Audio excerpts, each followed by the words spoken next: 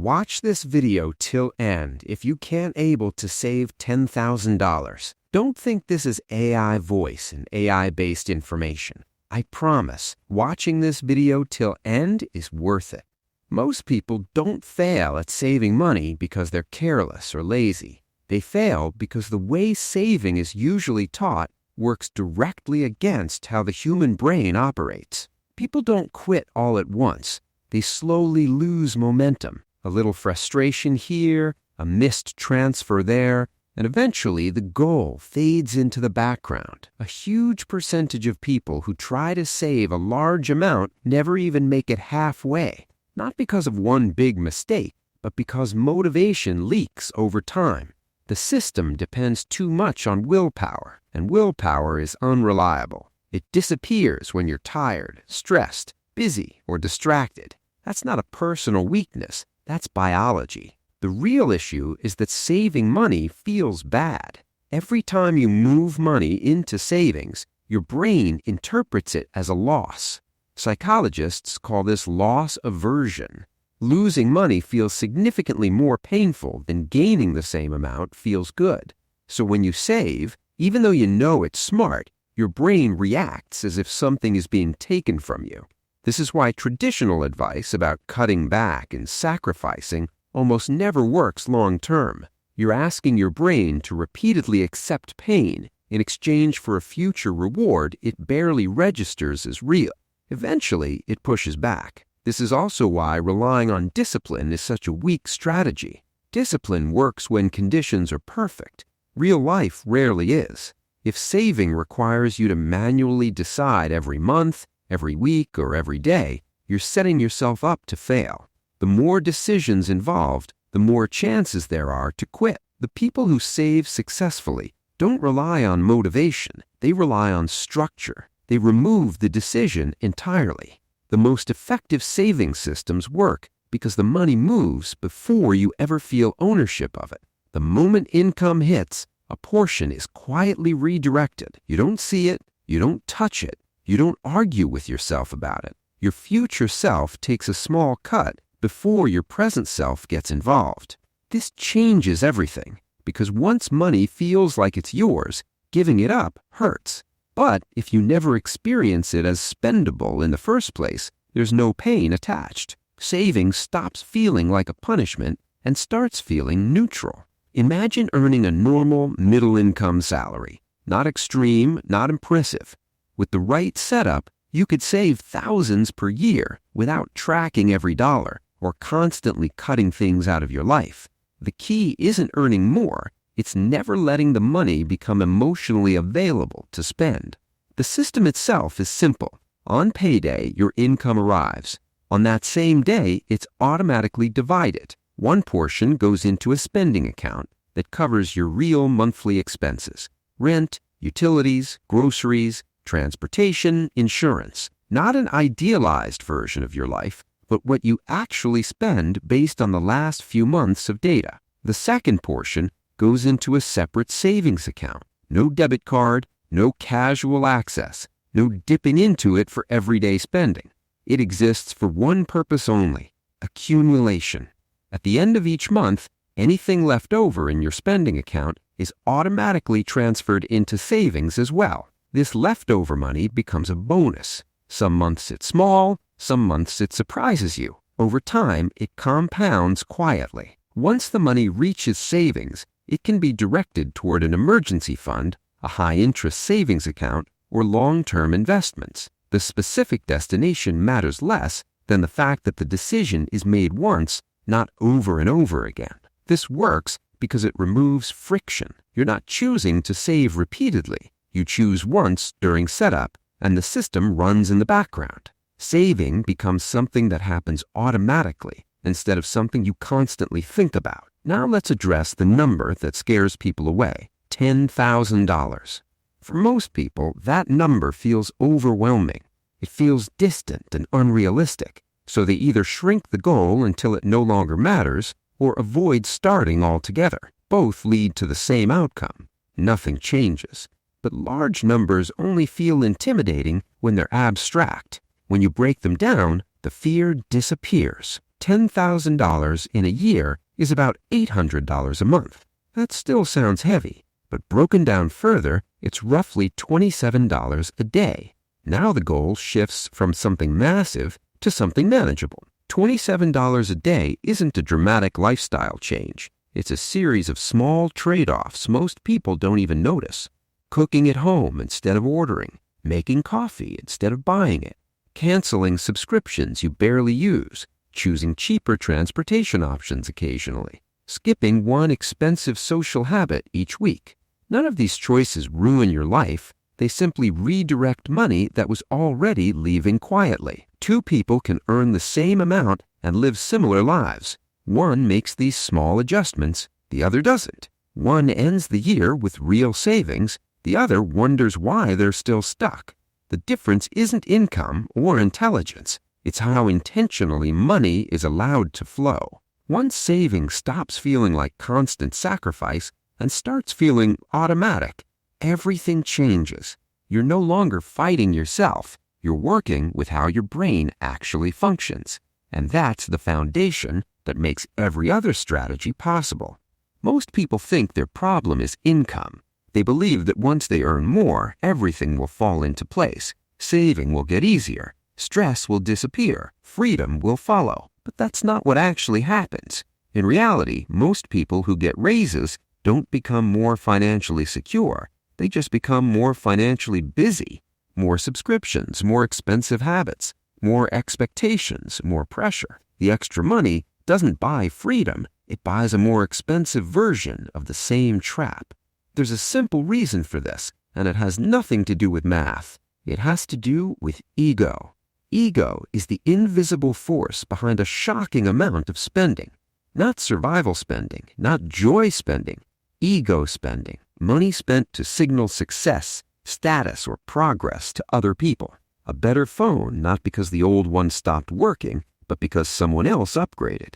A nicer car, not because you needed it, but because you didn't want to feel behind. A bigger apartment, not because your life demanded it, but because your income suggested you should have one. Here's the uncomfortable truth. As income increases, ego tends to grow even faster. You get a raise, and suddenly your current lifestyle feels insufficient.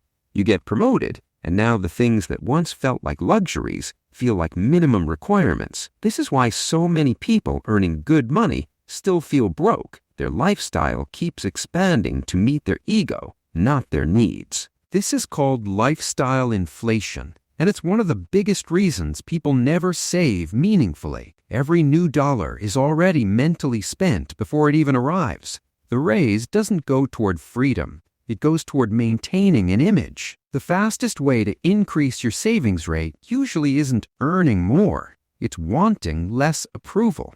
Can you drive an older car while coworkers drive new ones? Can you live below your means while friends upgrade everything around them? Can you say no to expensive social plans without feeling like you're falling behind? These questions feel small, but your answers to them shape your entire financial future. Most people don't realize how much of their spending is about being seen. They think they're buying comfort, but they're really buying validation. They think they're rewarding themselves, but they're really protecting their identity. And the cost of that identity is usually their future flexibility. Here's the irony. People with real wealth rarely look the part. They don't need to prove anything. They don't need their purchases to speak for them. Their money works quietly in the background, giving them options instead of appearances. Meanwhile, people drowning in debt often look the most successful on the surface, financing a lifestyle that's slowly crushing them. Reducing ego doesn't mean becoming cheap. It doesn't mean never enjoying your money. It means being brutally honest about why you're spending. Is this purchase improving my life, or is it improving how I think others see me? Those two things are not the same. Once you start asking that question regularly, saving becomes easier almost automatically. You stop spending to keep up. You stop reacting to other people's choices. You start making decisions that serve your future instead of your image. Now let's connect all of this together, because none of these ideas work in isolation. Automation removes the need for discipline. It ensures saving happens without constant decision-making. The delay rule protects you from impulse spending by letting desire cool off naturally. And reducing ego eliminates the emotional pressure to spend in the first place. When these pieces work together, saving stops feeling like deprivation. It becomes the default outcome of how you think and behave. That doesn't mean the journey is perfect. There will be months where unexpected expenses hit. There will be moments when temptation feels overwhelming. There will be times when progress feels slow. The difference is that setbacks no longer derail you completely. You have systems instead of wishes. You have frameworks instead of hope. This is the real gap between people who save successfully and people who don't. It's not intelligence, it's not luck, it's not even income, it's structure. People who build wealth design environments where the right decisions happen automatically, and the wrong ones are harder to make. Saving $10,000 isn't about suffering. It's about removing friction. It's about aligning your psychology with your goals instead of fighting yourself every step of the way. Once you do that, saving stops being something you constantly think about. It just happens in the background while you live your life. Your future self isn't asking you to be perfect. They're asking you to be consistent. Small decisions, repeated quietly over time, create outcomes that feel dramatic in hindsight. Most people wait for the perfect moment to start, the next paycheck, the next raise, when things calm down. That moment never arrives. Life always stays busy. Expenses always exist. There's always a reason to delay. The only real starting point is now, with the systems you already have access to. You don't need more motivation. You don't need more information.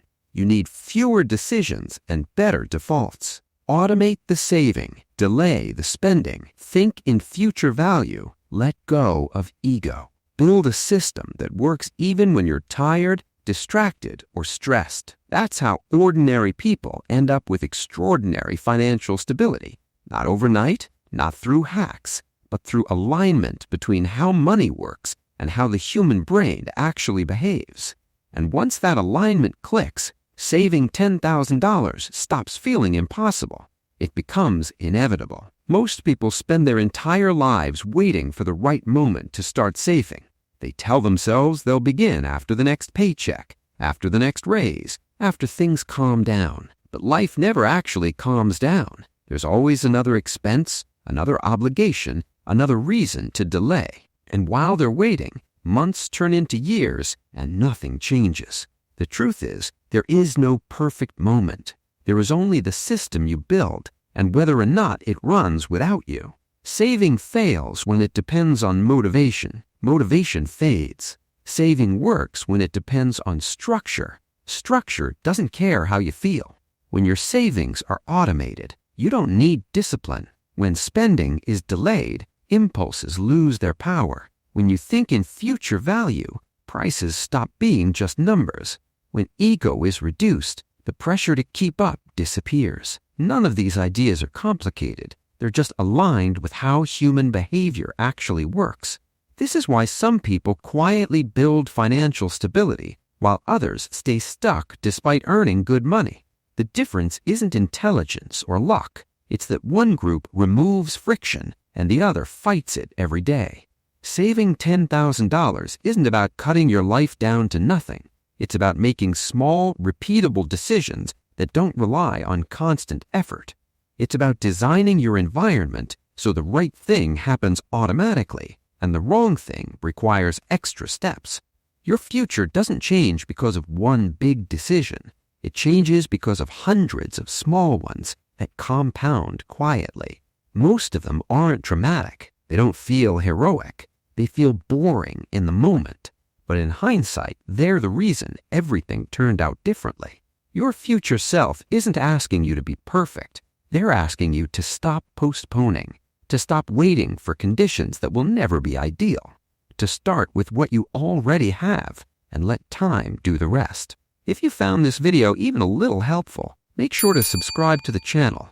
I share practical, easy-to-understand tips about money, investing, and building wealth. Also, drop a comment below. What does financial freedom mean to you? I read every single one and would love to hear your thoughts.